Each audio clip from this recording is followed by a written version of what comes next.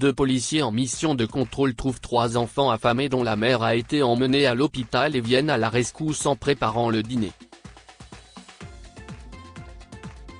Quel est le travail d'un policier? Pourchasser les voleurs? Attraper des tueurs en série comme dans toutes les séries policières?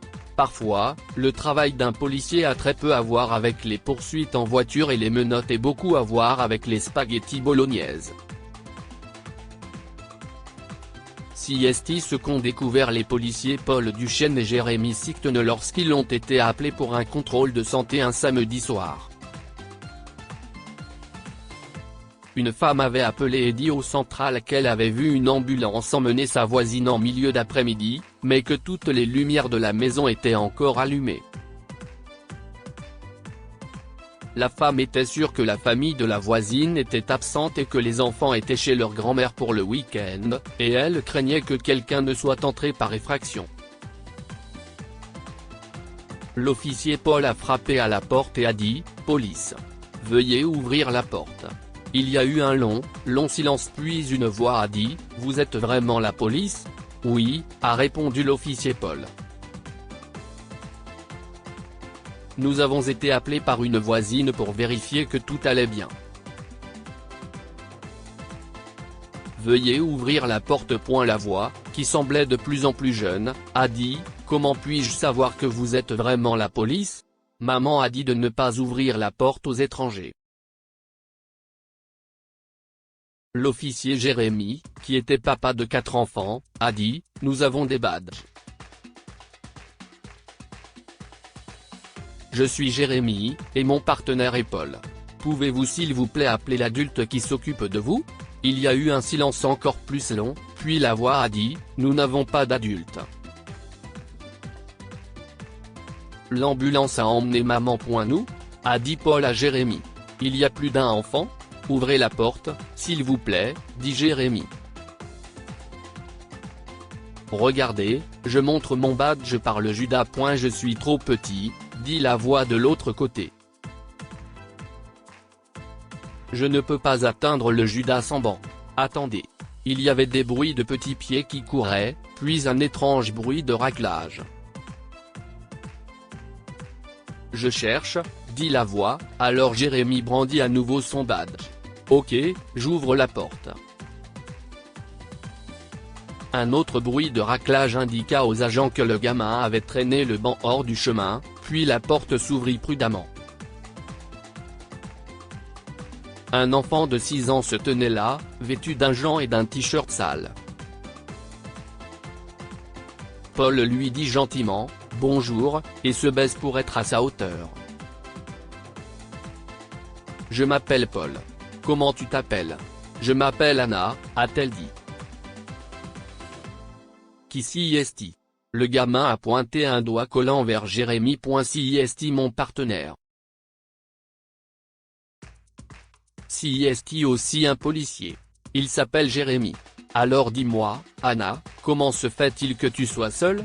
Je ne suis pas seule, a dit Anna avec mépris. Brady et Jolena sont avec moi. Quel âge ont Brady et Jolena ? Demande gentiment Jérémy. Brady a 3 ans, et Jolena 2 ans, dit Anna. Je suis l'aîné. La voisine a dit que ta maman a été emmenée à l'hôpital, dit Paul. Où est ton papa ? Papa travaille sur une plateforme, explique Anna. Mais il ne revient que le mois prochain. Tu n'es pas censé être avec ta grand-mère ? A demandé Paul, se souvenant de ce que la voisine avait dit. Elle nous a ramenés ce matin, a dit Anna. Et maman était si heureuse de nous voir. Mais ensuite, elle est tombée et s'est blessée. Les petites lèvres d'Anna se sont mises à trembler et ses yeux se sont remplis de larmes. Brady et Jolena enfin, alors je leur ai donné du beurre de cacahuète, dit-elle. Mais nous avons tellement faim. Jérémy et Paul se sont regardés. Les ambulanciers ne savaient pas que vous étiez là ? A demandé Paul. Ils t'ont juste laissé ici ? Après que maman soit tombée, j'ai appelé le 911, et j'ai laissé la porte ouverte, a dit Anne. Puis je me suis assise près de maman, mais elle était très calme et ne voulait pas ouvrir les yeux. Puis ces hommes sont arrivés, et nous nous sommes cachés dans le garde-manger. Vous vous êtes caché des ambulanciers, a demandé Jérémy. Mais pourquoi, Anne? Ils auraient envoyé quelqu'un pour s'occuper de vous. Anne a haussé les épaules et détourné le regard. Cette petite fille dans ma classe? A-t-elle chuchoté. Sa maman était malade, ils l'ont emmenée et elle n'a jamais pu revoir sa maman. Cela n'arrivera pas, a dit Paul avec fermeté. Nous allons appeler ta grand-mère et elle s'occupera de toi. Anne a l'air soulagée. Tu crois que tu peux nous préparer à manger? A-t-elle demandé. J'ai tellement faim. Voyons ce que nous pouvons faire, dit Jérémy. Les deux hommes suivirent Anna dans la cuisine où Brady et Jolena mangeaient du beurre de cacahuète dans un pot avec la même cuillère. Les deux enfants étaient couverts de beurre de cacahuète, et les boucles blondes de Jolena étaient collées sur son front. Oh mon Dieu, dit Paul. La première chose à faire est d'aller se laver. Anna, dit Jérémy. Et si nous allions tous les quatre aux toilettes et que vous vous laviez les mains et le visage? Jolena a besoin d'une couche propre, a dit Anna et Paul a pâli. Je ne sais pas comment faire, s'écrie-t-il. Je peux le faire, dit fièrement Anna. Mais je n'arrive pas à faire adhérer la partie collante pour que la couche reste en place. Pendant que Jérémy emmenait Brady dans la salle de bain pour se nettoyer, Anna changeait la couche de Jolena et la nettoyait avec des lingettes humides. Anna a lavé puis aidé sa sœur à se changer en pyjama propre, et pendant ce temps, les deux agents sont allés dans la cuisine.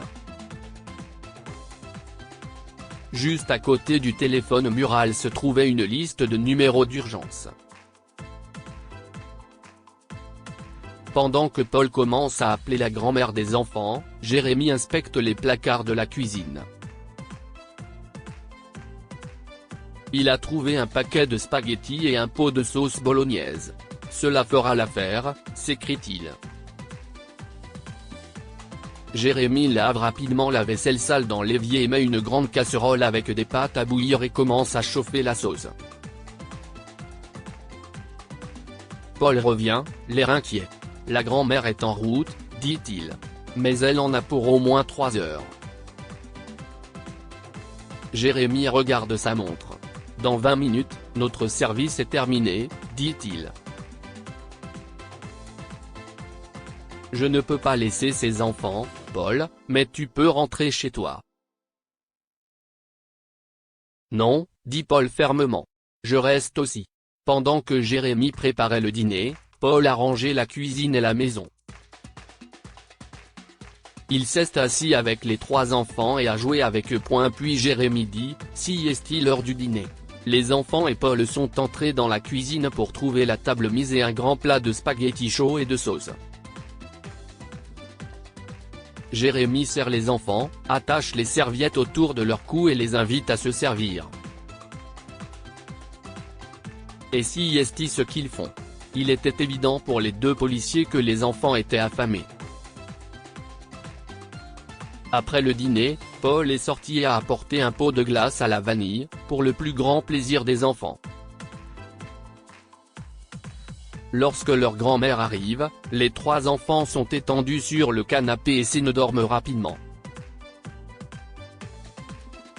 Merci, messieurs les officiers, dit la grand-mère.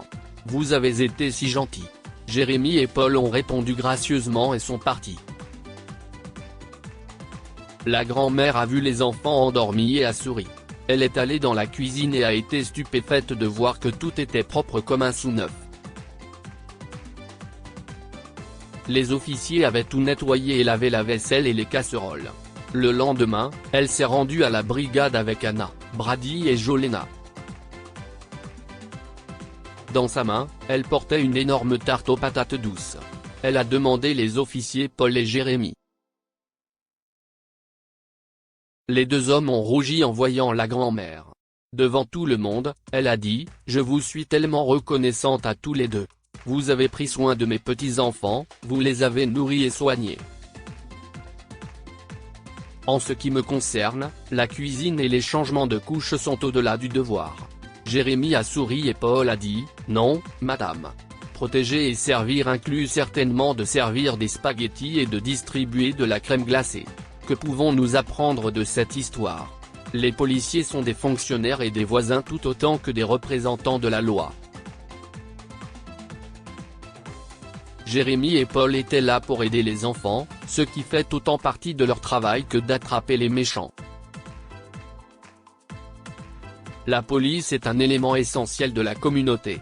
Pour qu'une société fonctionne, nous devons avoir confiance et respecter ceux qui font respecter les lois. Partagez cette histoire avec vos amis. Elle pourrait égayer leur journée et les inspirer. Si vous avez aimé cette histoire, découvrez celle d'une mère qui remet son fils à la police et la supplie de l'emmener.